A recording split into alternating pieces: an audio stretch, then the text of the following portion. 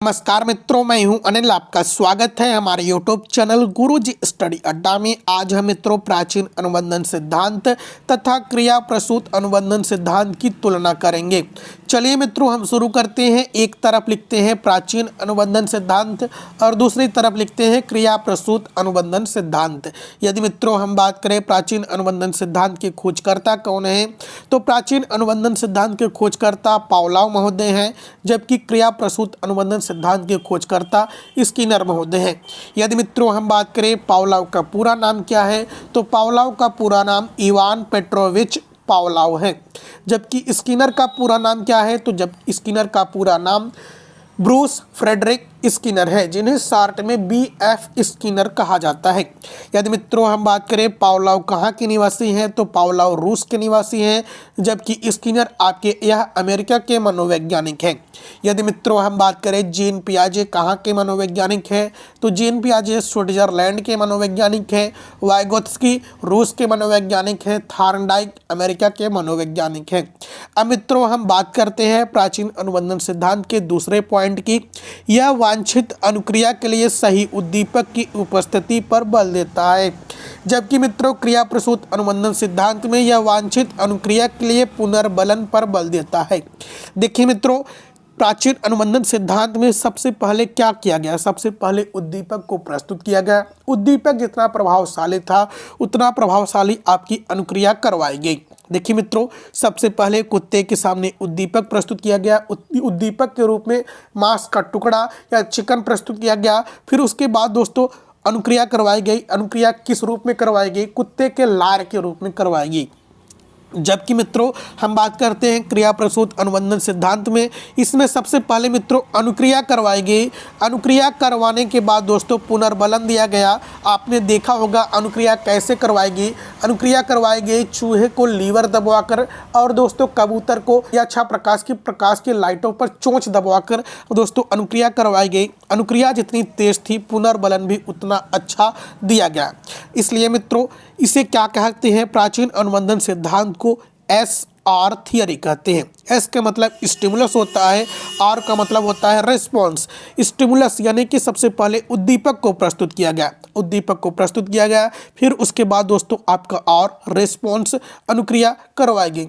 और दोस्तों जो यह प्राचीन अनुबंधन सिद्धांत है SR थियरी, इसका बिल्कुल उल्टा है दोस्तों क्रिया प्रसूत अनुबंधन सिद्धांत।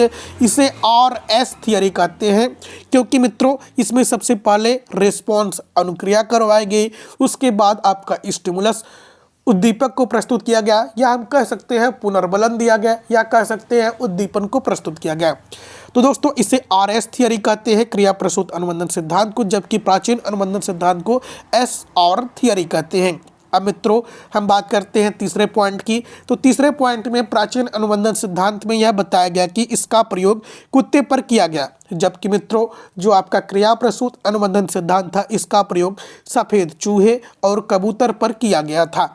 देखिए मित्रों चौथे पॉइंट की हम बात करें तो इसे S स्टिमुलस प्रकार का अनुबंधन भी कहा जाता है, क्योंकि मित्रों प्राचीन अनुबंधन सिद्धांत में सबसे पहले उद्दीपक को प्रस्तुत किया गया था, इसलिए दोस्तों इसे S स्टिमुलस प्रकार का अनुबंधन कहा जाता है, क्योंकि अनुक्रिया कराने के लिए स्टिमुलस से सबसे पहले जोड़ना पड़ता था।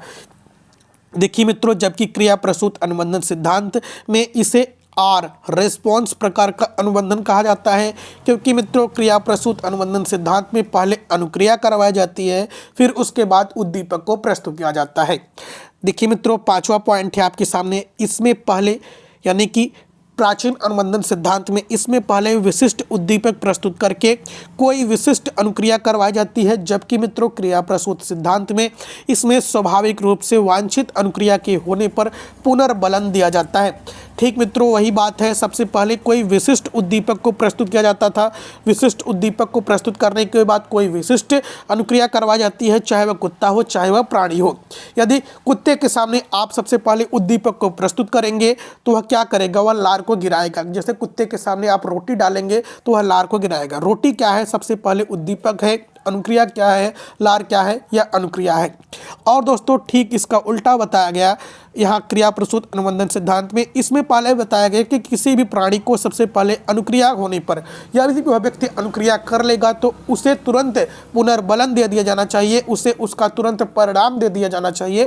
तो मित्रों इससे क्या होगा, इससे प्राणी तेजी से सीखता है, इससे भी प्राणी तेजी से सीखता है। दोस्तों यह दोनों भी यही बताया गया, लेकिन दोनों एक दूसरे के विपरीत सिद्धांत हैं। देखिए मित्रों क्रिया प्रसूत सिद्धांत में यह बताया गया कि अनुक्रिया के उपरांत प्राणी को सफलता असफलता का ज्ञान उसे तुरंत करा दिया जाना चाहिए ताकि आपका अनुबंधन बना रहे। अब मित्रों हम बात करते हैं 6वें पॉइंट की। इसमें अनुबंधित अनुक्रिया परिणाम के रूप में अनुबंधन की शक्ति को मापा जा सकता है। देखिए मित्रों जो प्राचीन अनुबंधन का सिद्धांत था जिसका प्रयोग पावलोव ने किया था, इसमें उन्होंने यह दिखाया था कि कुत्ते की जो लार ग्रंथियां थी जिसे पेरियोटिड ग्रंथ कहते हैं, उसका ऑपरेशन किया था और उसमें एक नली लगाकर दोस्तों लार की उसके जो कुत्ते की जो लार थी उसको उसने मापा था कि कितना लार गिर रहा है उद्दीपक के प्रस्तुत होने के उपरांत। तो दोस्तों इसलिए इसे क्या कहा गया, इसमें क्या कहा गया कि अनुबंधित अनुक्रिया के परिणाम के रूप में अनुबंधन की जो शक्ति है उसको मापा जा सकता है,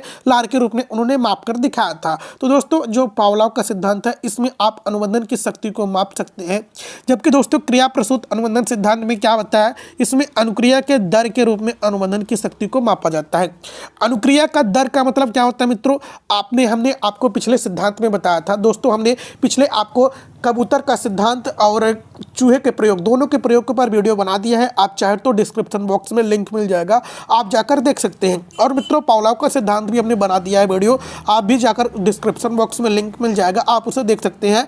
आप उसमें यह समझ पाएंगे दोस्तों जो कबूतर था या जो चूहा था उसने जितनी तेज अनुक्रिया कर रहा था, यानी कि जो उसकी अनुक्रिया की दर जितना ज़्यादा थी उतने ज़्यादा वह पुनर्बलन प्राप्त करता था। यानी कि मित्रों आप अनुक्रिया की दर को माप सकते हैं इसमें। देखिए मित्रों जब प्रकाश की लाइट जो थी कबूतर के सामने जब तेजी से जल रही थी तो क्या हुआ, जब वो तेज प्रकाश जलता था तो वह तेजी से चोंच मारता था और जल्दी जल्दी भोजन को प्राप्त करता था, और जब प्रकाश की लाइट धीरे थी तो वह चोंच धीरे मारता था, यानी कि कुछ देर मारता था तो वह धीरे से भोजन प्राप्त करता था। तो उसमें सबसे पहले क्या करवाई जाती थी दोस्तों, उसमें सबसे पहले अनुक्रिया करवाई जाती थी। तो इसलिए सबसे पहले अनुक्रिया के दर को इसमें मापा जाता है, अनुक्रिया के दर के रूप में अनुबंधन की शक्ति को मापा जाता है। जबकि मित्रों इसमें आपके क्या हुआ, जो पावलोव महोदय थे, पावलोव महोदय ने यह बताया कि यह अनुबंधन की शक्ति को मापा जाता है, जबकि इसमें अनुक्रिया के दर की शक्ति को मापा जाता है आपके क्रिया प्रसूत अनुबंधन सिद्धांत।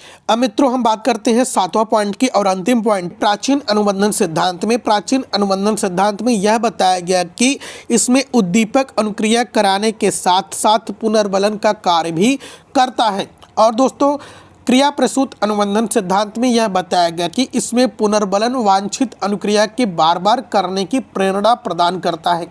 देखिए मित्रों यदि हम बात करें प्राचीन अनुबंधन सिद्धांत की तो इसमें जो आपका उद्दीपक अनुक्रिया थी, यानी कि उद्दीपक आपका जितना ज़्यादा प्रभावशाली होगा आपकी अनुक्रिया भी उतनी ज़्यादा प्रभावशाली होगी।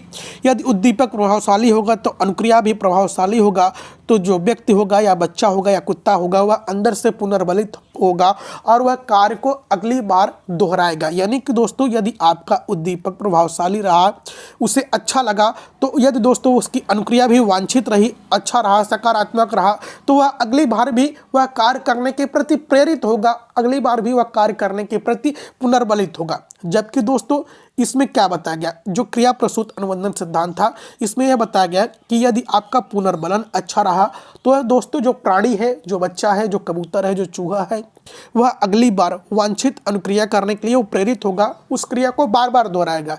यदि दोस्तों आपका पुनर्बलन अच्छा नहीं रहेगा तो वह अगली बार वह क्रिया को नहीं करेगा।